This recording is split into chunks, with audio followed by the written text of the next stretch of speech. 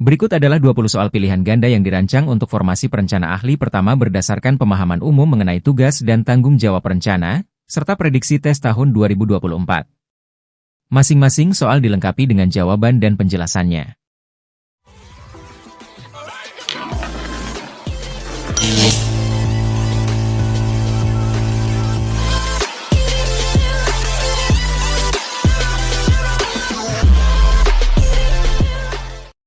Satu, apa tugas utama seorang perencana ahli pertama dalam penyusunan rencana pembangunan? A. Mengabaikan masukan dari masyarakat. B. Menyusun rencana tanpa mempertimbangkan anggaran. C. Melakukan analisis kebutuhan masyarakat dan mengusulkan rencana pembangunan.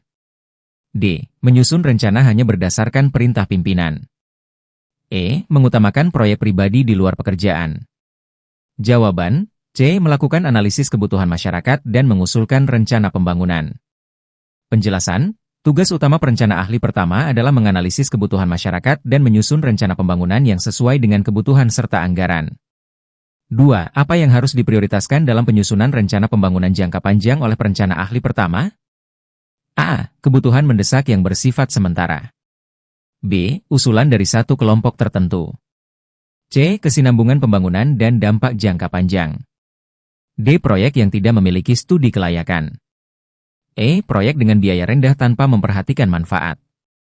Jawaban C. Kesinambungan pembangunan dan dampak jangka panjang.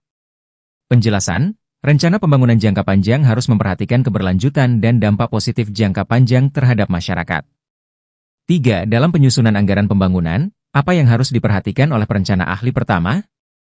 A. Mengabaikan batasan anggaran.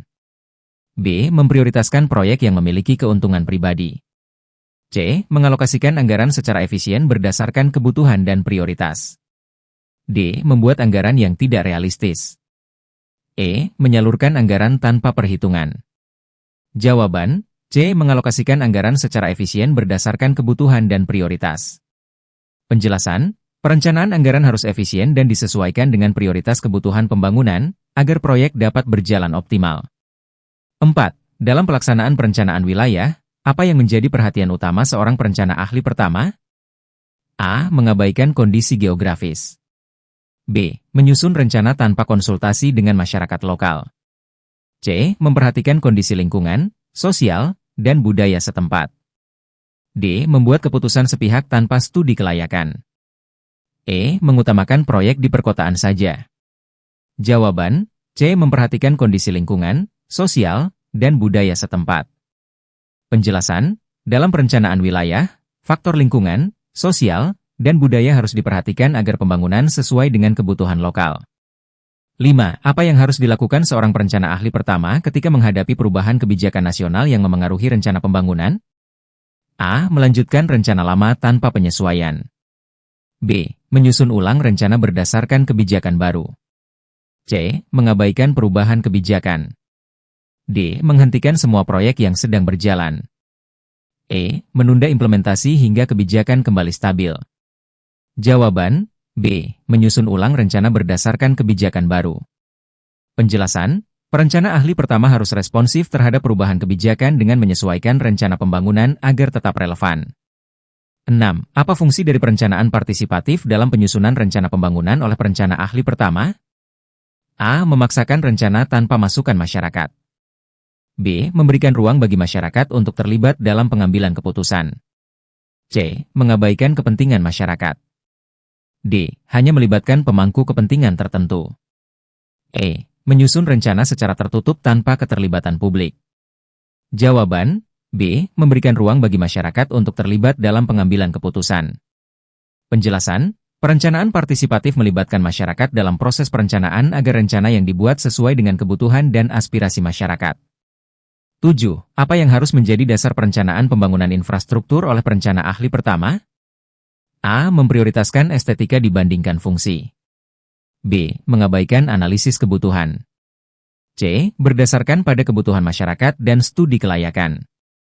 D. Hanya mengikuti tren pembangunan global. E. Membangun tanpa mempertimbangkan dampak lingkungan. Jawaban C. Berdasarkan pada kebutuhan masyarakat dan studi kelayakan. Penjelasan, Pembangunan infrastruktur harus didasarkan pada kebutuhan masyarakat dan studi kelayakan agar hasilnya optimal dan bermanfaat. 8. Saat melakukan evaluasi rencana pembangunan, apa yang harus diperhatikan oleh perencana ahli pertama?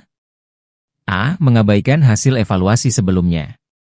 B. Mengutamakan keberhasilan proyek pribadi. C. Menganalisis pencapaian, tantangan, dan dampak proyek terhadap masyarakat. D. Hanya mengevaluasi proyek yang sukses.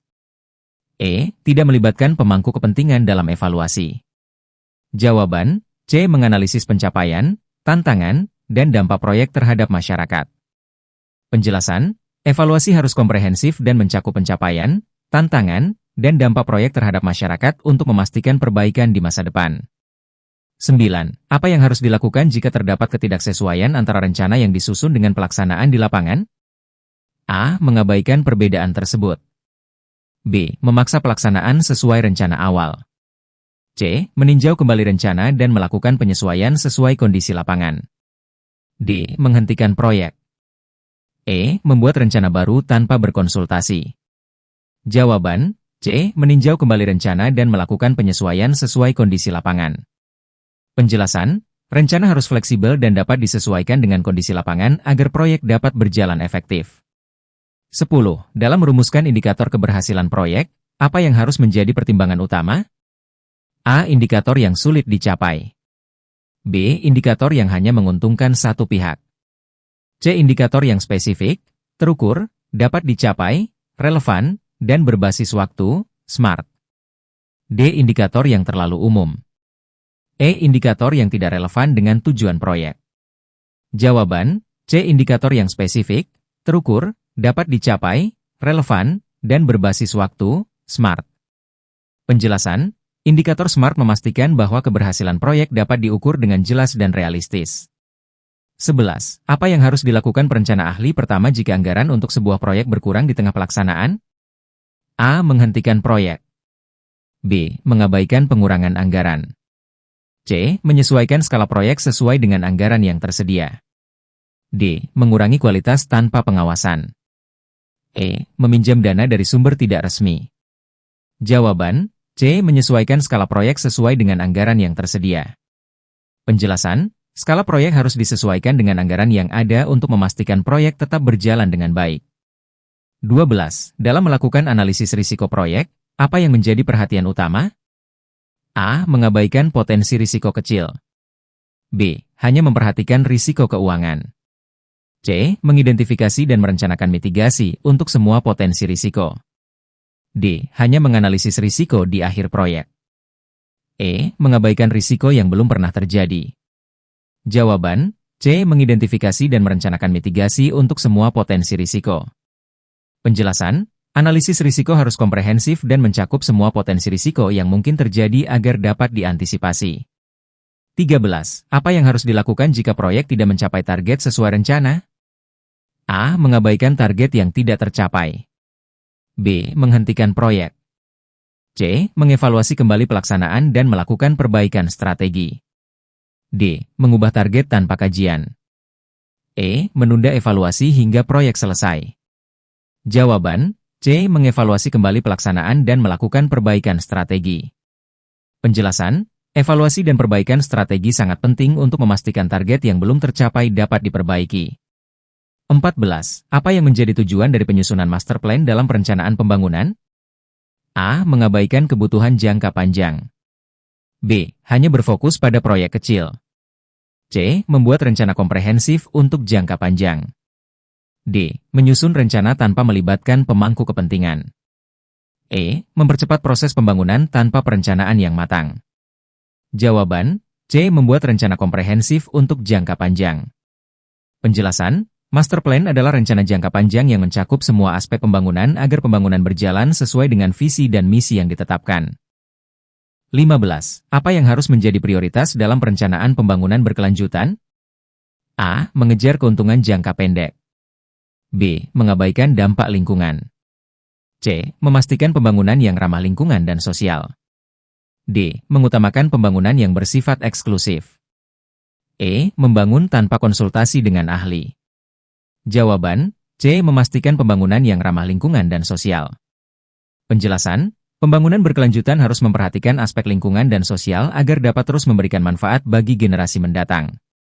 16. Bagaimana cara mengidentifikasi kebutuhan masyarakat dalam perencanaan pembangunan?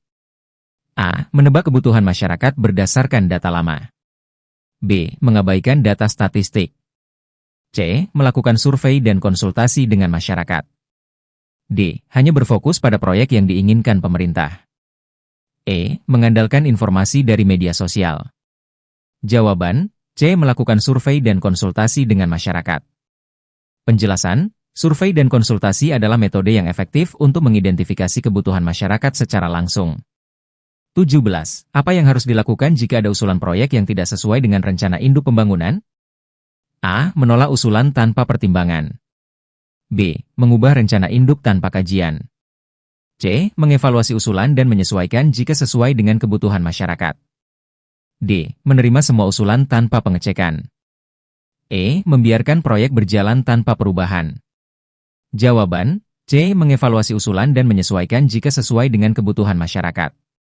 Penjelasan, usulan proyek harus dievaluasi dan disesuaikan dengan rencana induk jika memang sesuai dengan kebutuhan masyarakat. 18. Apa fungsi dari penyusunan roadmap dalam perencanaan pembangunan? A. Mengabaikan tahapan implementasi.